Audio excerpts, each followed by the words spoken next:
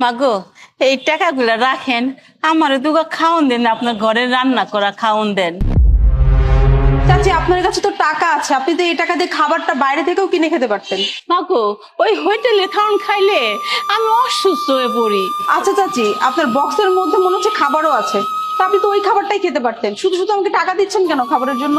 মাগো, এই বক্সের ভিতরে আমার পোলার লেগে আমি পিঠা বানাই লই আইছি।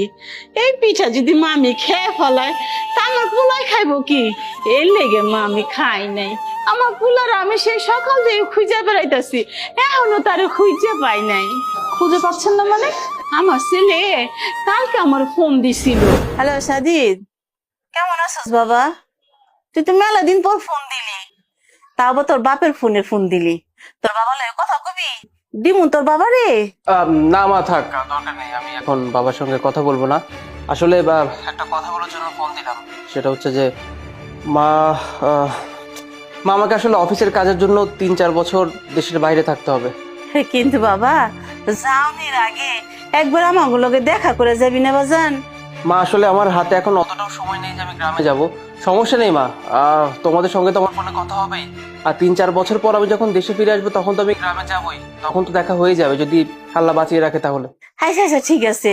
তুই যখন আইতে পারবি না তাহলে তোর বাবারে নিয়ে আমি তোর কাছে আইতাছি। আরে না না মা, দরকার নেই।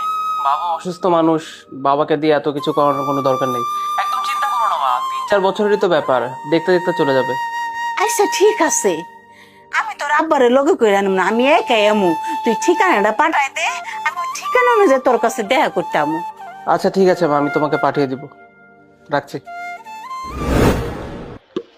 মাগো, এই কার্ডে না ঠিকানা লেখা আছে, দেখেন তোমার কোন হানে? আমি তো কইতে পারি না। ঠিকানা তো ঠিকই আছে, তো এই যে রোড নাম্বার দেখাচ্ছে, এখানে তো বাসা এখনো তৈরি শুরু হয়নি। হোমা, আপনি ঠিকই কইছেন। আমি এই কার্ড নিয়ে জিগাইতে গেছিলাম, কিন্তু এখানে তো কেউ থাকে না। আচ্ছা, আপনি কি কল করেছিলেন, মানে তাকে কি ফোন করেছিলেন একবারও? মাগো, এই যে মোবাইলে না আমার ছেলের নাম লেখা আছে, আমার ছেলের নাম হচ্ছে সাজিদ। দেখেন এই আপনি। আচ্ছা দেখি আমি। হ্যাঁ, নাম্বারটা তো উপরে আছে, আমি ফোন দিয়ে দেখি।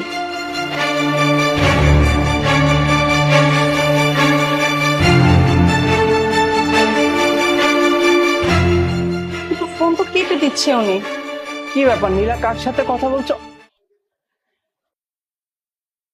বাবা, সাজিদ তুই এখানে? ছেলে মানে? এই, উনি তোমাকে ছেলে বলছে কেন? ওমা, এই যে তোমার ছেলে।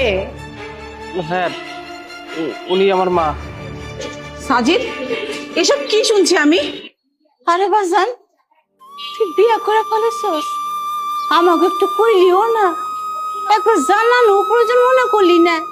আর আমাকে ফোন করে কইলি তুই বিদেশ যাইতেছস গা 2-3 বছরের লেগে। কি হলো এখন চুপ করে আছে কেন? ওনার কথার উত্তর দাও। আসলে আমি অনেকটা ভয় পেয়ে গিয়েছিলাম। মানে আমি ভেবেছিলাম আমার মা যে গ্রামে থাকে, এই কথাগুলো তোমাকে বলার পর তুমি যদি রিয়াক্ট করো। মানে আজকাল শহরের মেয়েরা তো আসলে তাদের শাশুড়িরা যদি গ্রামে থাকে তাদেরকে সহজে মেনে নিতে চায় না, বা গ্রাম থেকে শ্বশুর শাশুড়ি বাসায় আসলে তাদেরকে বাসায় ঢুকতে দিতে চায় না। আমি তো অনেকজনকে দেখেছি এমন, এই জন্য আমি অনেক ভয় পেয়ে গেছিলাম। আর আমি আমার মার ঠিকানা তোমার কাছে গোপন রেখেছিলাম, আর মাকে এটা বলেছিলাম যে আমি 2-3 বছরের জন্য বিদেশে যাচ্ছি। আমি জানি মা, আমি অনেক বড় অন্যায় করছি, কিন্তু আমি আমি বাধ্য ছিলাম মা। ছি সাজিদ, তুমি কিভাবে ভাবলা আমাকে যে আমি এত ছোট মনের? আমার শ্বশুর শাশুড়ি গ্রামে থাকে, গরিব, সেজন্য আমি তাদেরকে দেখবো না, তাদেরকে মেনে নেব না?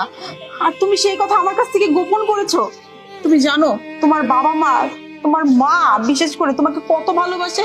সে আজ সারাটা দিন ঘুরেছে তোমাকে খোঁজার জন্য। দেখো তার হাতে যে খাবারটা সে বানিয়ে নিয়ে এসেছে, ইচ্ছা করলে কিন্তু সে খেতে পারতো, সে কিন্তু খায়নি, কারণ সে সেটা তোমাকে খাবে বলে নিয়ে এসেছে। তোমাকে সে এতবার ফোন করেছে, তুমি তার ফোনটা পর্যন্ত ধরোনি। সে বাধ্য হয়ে আমাকে টাকা দিয়েছে যে তাকে যেন আমি কিছু খাবার দিই, কারণ সে বাইরের খাবার খেতে পারে না।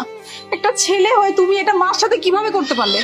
আর আমি শহরের মেয়ে হয়েছে, তাতে কি হয়েছে? এরকম ফেরেস্তার মতো শ্বশুর শাশুড়িকে আমি দেখবো না? তুমি আমাকে এত ছোট মনে করো? শোনো, এইরকম ছোট মন মানসিকতা যদি তুমি ভাবো না, তাহলে আমার আর তোমাকে নিয়ে কোনো কথাই বলার নাই।